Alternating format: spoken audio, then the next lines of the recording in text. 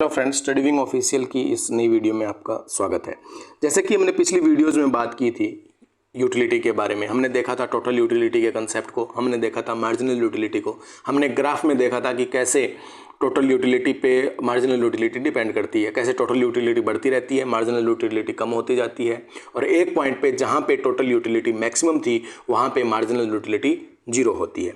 अब हम कुछ एक ऐसी अप्रोचेस के बारे में बात करेंगे कि कैसे यूटिलिटी का एनालिसिस किया जा सकता है, कि हम कैसे मेजर कर सकते हैं यूटिलिटी को, ग्राफ पे कैसे देख सकते हैं। तो ये डिफरेंट स्कूल ऑफ थॉट्स हैं, दो स्कूल ऑफ थॉट्स हैं इकोनॉमिक्स में जो यूटिलिटी को एनालिसिस करते हैं। देखते हैं। तो सबसे पहले है कार्डिनल यूटिलिटी एनालिसिस और ordinal utility analysis. Cardinal utility analysis Marshall ने दिया था। मार्शल ने ये बताया था कि कंज्यूमर्स की जो डिमांड है वो गुड्स और सर्विसेज की डिमांड को उसने एनालिसिस किया था कार्डिनल यूटिलिटी एनालिसिस में। उसने एक यूनिट बनाई, उस यूनिट का उसने नाम दिया यूटिल्स, कि यूटिल्स पर इतनी यूटिल्स, 4 यूटिल, 5 यूटिल की यूनिट्स हैं और उन यूनिट पे हम यूटिलिटी को मेजर कर सकते हैं। तो उसके बाद आई ऑर्डिनल यूटिलिटी एनालिसिस, ये हिक्स ने दी। हिक्स ने बताया कि कितनी यूटिलिटी उसने गेन की है, कितना उसने सेटिस्फेक्शन गेन किया है कंज्यूमर ने, ये आप कभी भी यूनिट्स में नहीं बता सकते। आपको हमेशा इसके लिए रैंक करना पड़ेगा। आपको एक स्केल लेना होगा और उस स्केल पे आपको रैंक करना पड़ेगा कि उसे कितनी यूटिलिटी मिल रही है। आप इसको यूटिल्स में या ऐसी कोई भी यूनिट में एनालिसिस नहीं कर सकते। तो हम दोनों ही अप्रोचेस को पढ़ने वाले हैं। तो सबसे पहले हम देखते हैं cardinal utility analysis. Cardinal utility analysis में हम देखेंगे कि यह कुछ एक ऐसे अजम्पशंस हैं, कुछ एक ऐसे प्री डिटरमाइंड अजम्पशन हैं जो हमें मान के चलने हैं कि ये होते हैं, और उसके बाद हम यूटिलिटी का एनालिसिस करते हैं। तो सबसे पहले कि हमारा कंज्यूमर रैशनल है। कंज्यूमर रैशनल ऐसे क्या मतलब, जैसे कि हमने पिछली वीडियोज़ में भी पढ़ा है कि रैशनल कंज्यूमर का मतलब ये है कि वो हमेशा, ये मार्केट में जब भी वो जाता है तो उसका हमेशा ये गोल रहता है कि वो अपनी यूटिलिटी को मैक्सिमाइज करे।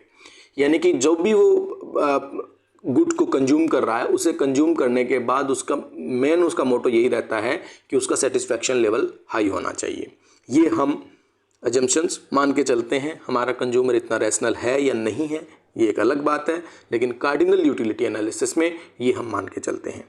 उसके बाद measurement of utility. Measurement of utility में क्या है, मार्श ने इसे मेजर किया था यूटिल्स में मेजर किया था। यूटिल्स क्या है, यूटिल्स एक सिंगल यूनिट है यूटिलिटी की।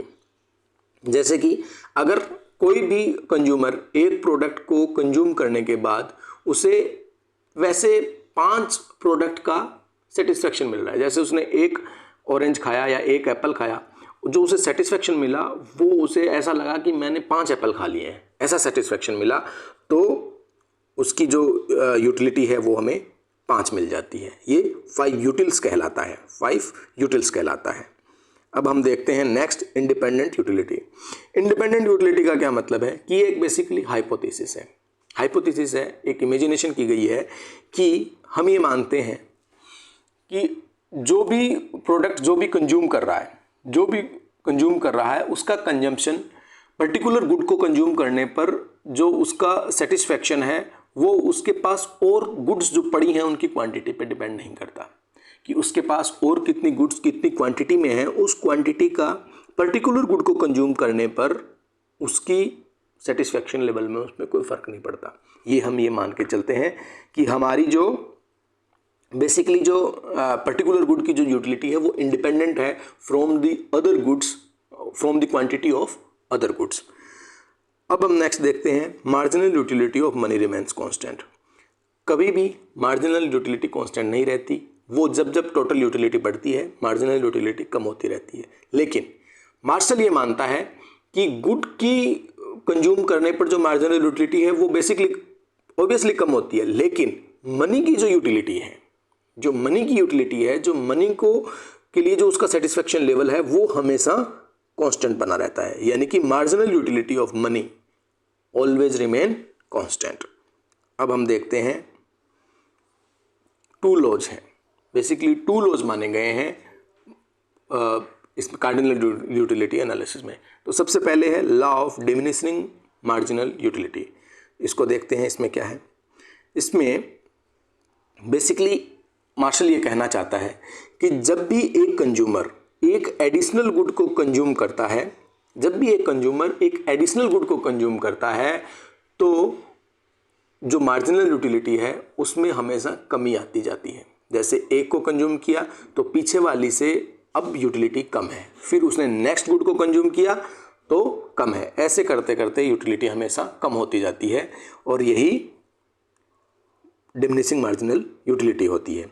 तो क्या है कि if a person consumes one more additional good then the marginal utility of additional good diminishes. जैसे कि हम इस ग्राफ में भी देख रहे हैं, जैसे एक क्वांटिटी पे उसकी मार्जिनल यूटिलिटी ए डैश उसे मिली, बी क्वांटिटी पे बी डैश मिली, सी पे सी डैश मिली, ये हमेशा ग्राफ में कम होती जा रही है, हमेशा कम होती जा रही है।